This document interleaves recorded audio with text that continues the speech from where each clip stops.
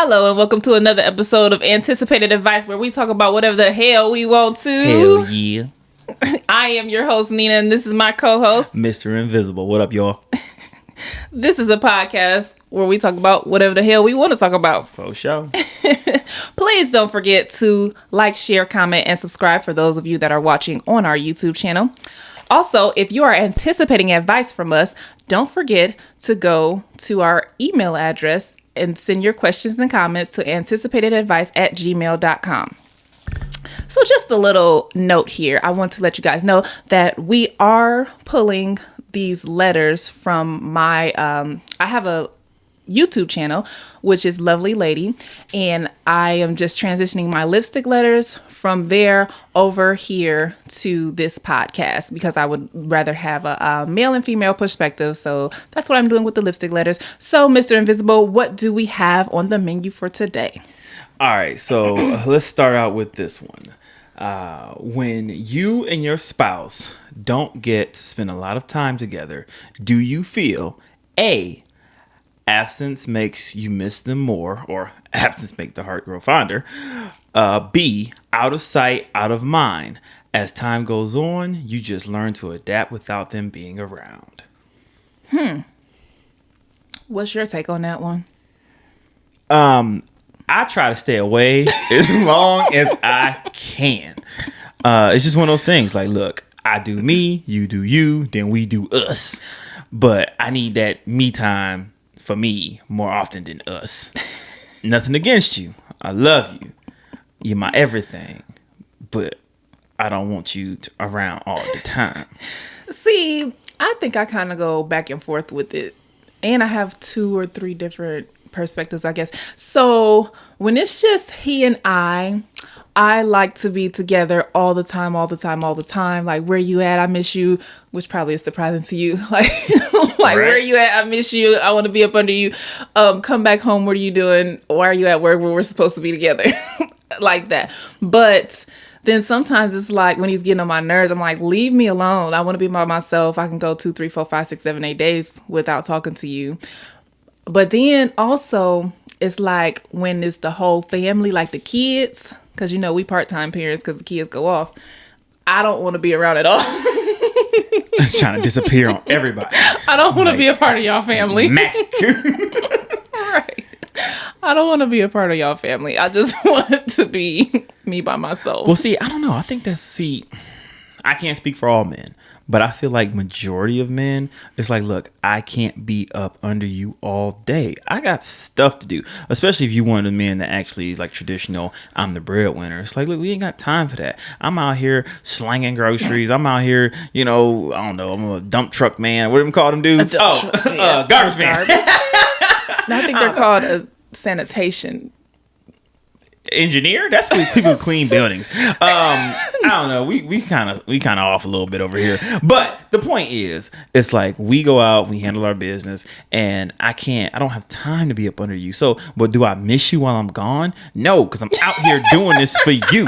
Like, if it wasn't for me, we wouldn't have the stuff we got. See, no, well, my honey is the other way around. He calls me 1,001 times. He wants to be up under me.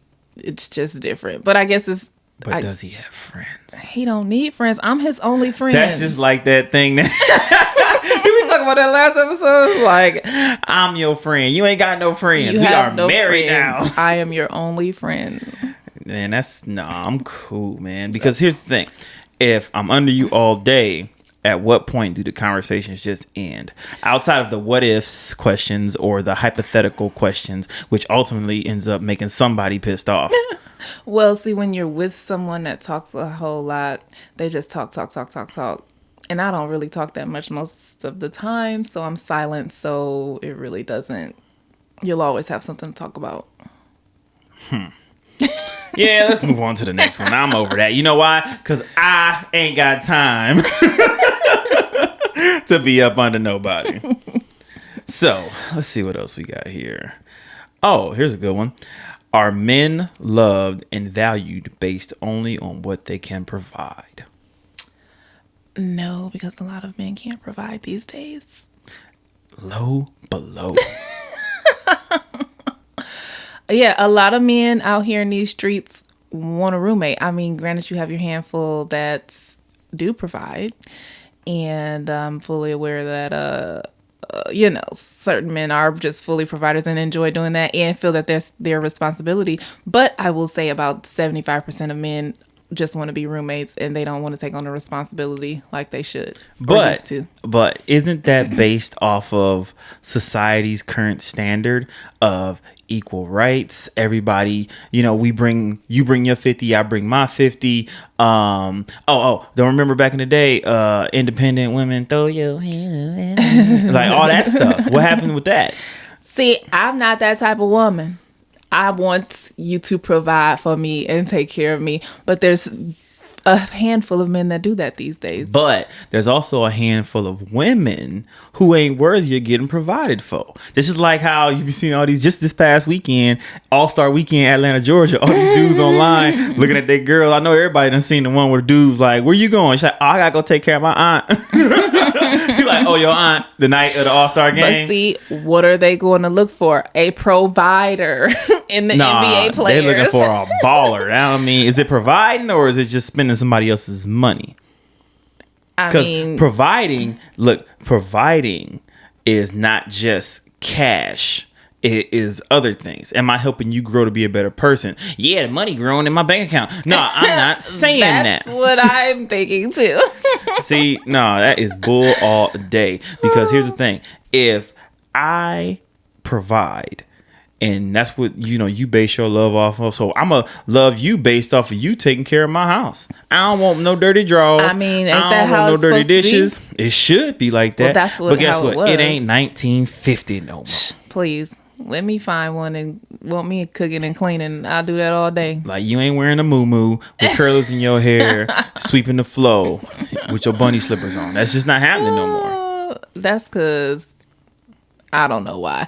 But if somebody wanted to do that for me, like everybody got build a body rather than a big mama body. And I think that's why times have changed, Oh gosh. I think come with the fitness era, and the ladies they start to see themselves differently, which is great. Like they're too good to sweep and cook. They half of them don't even know how to cook. Too good. Yeah, they know how to shake their but that only gets you so far too. Yep. Because at that point, you saying, are men only loved by what they can provide? But what about women? What's going to be their value? Because a man can get, loving from anybody. True.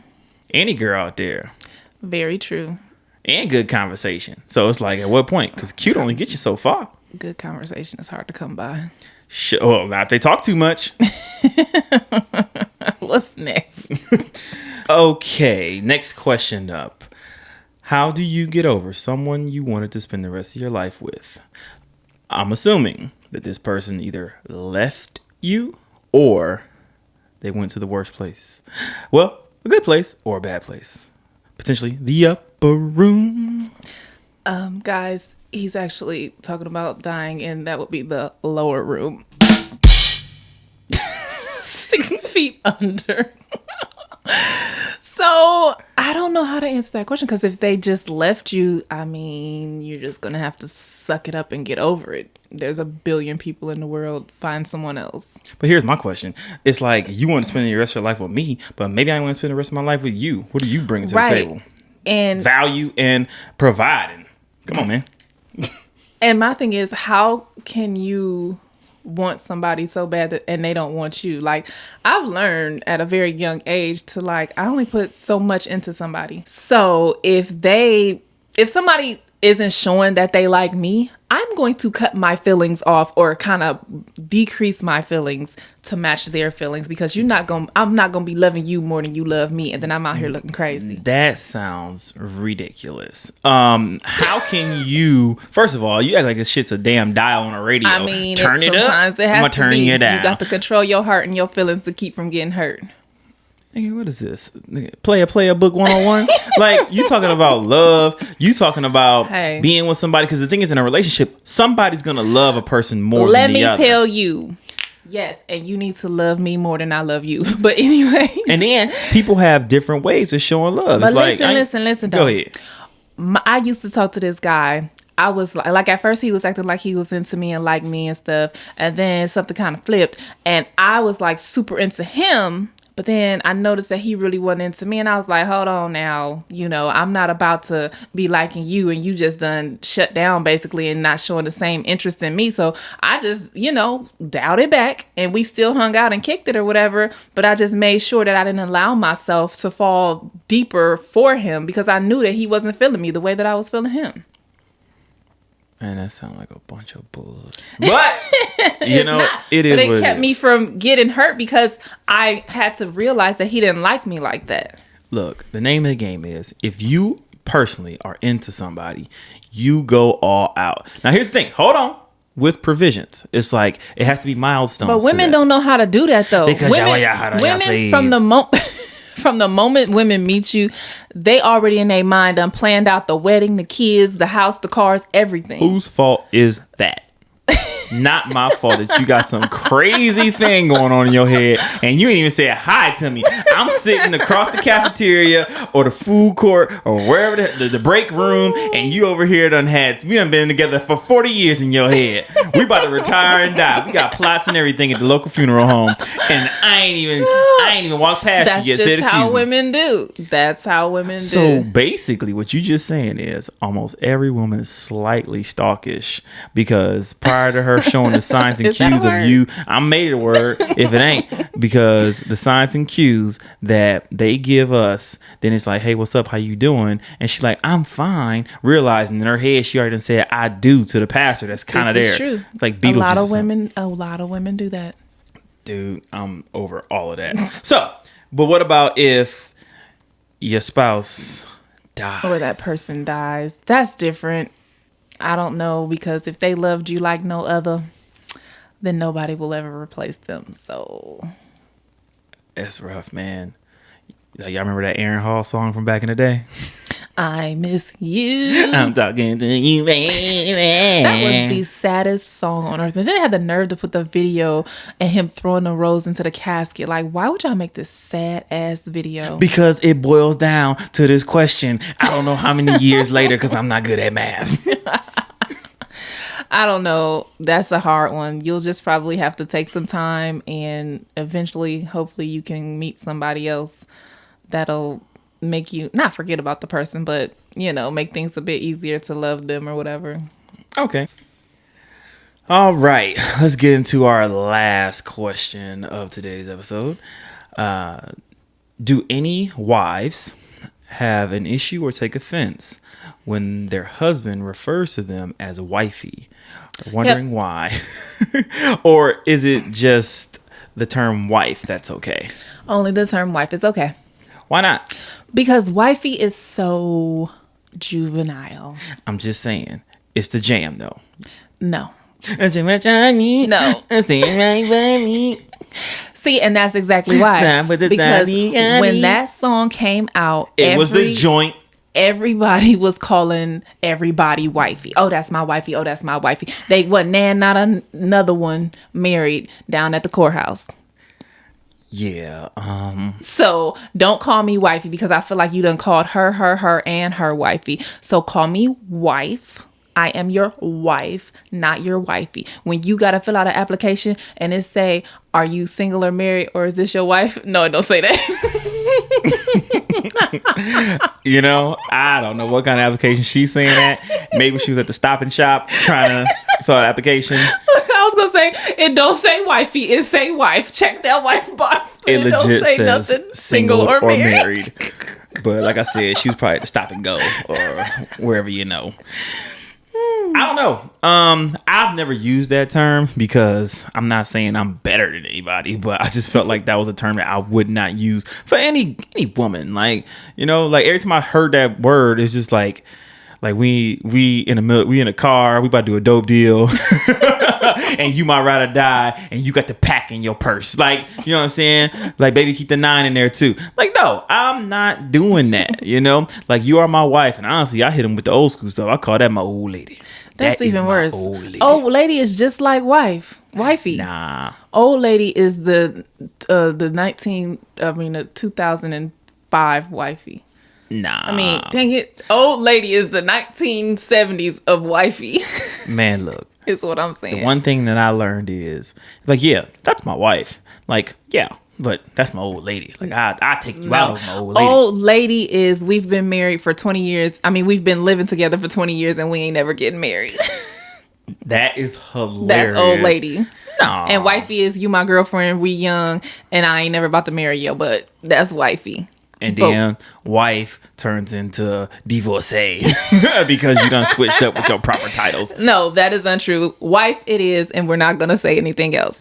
So that's the end of that. We're going to put a period at the end of this sentence. So we are going to call this one a wrap. Thank you for watching and joining us on another episode of Anticipated Advice. I, once again, am your host, Nina, and this is my co-host, Mr. Invisible. and we will catch you next time. All right. Peace. Bye-bye.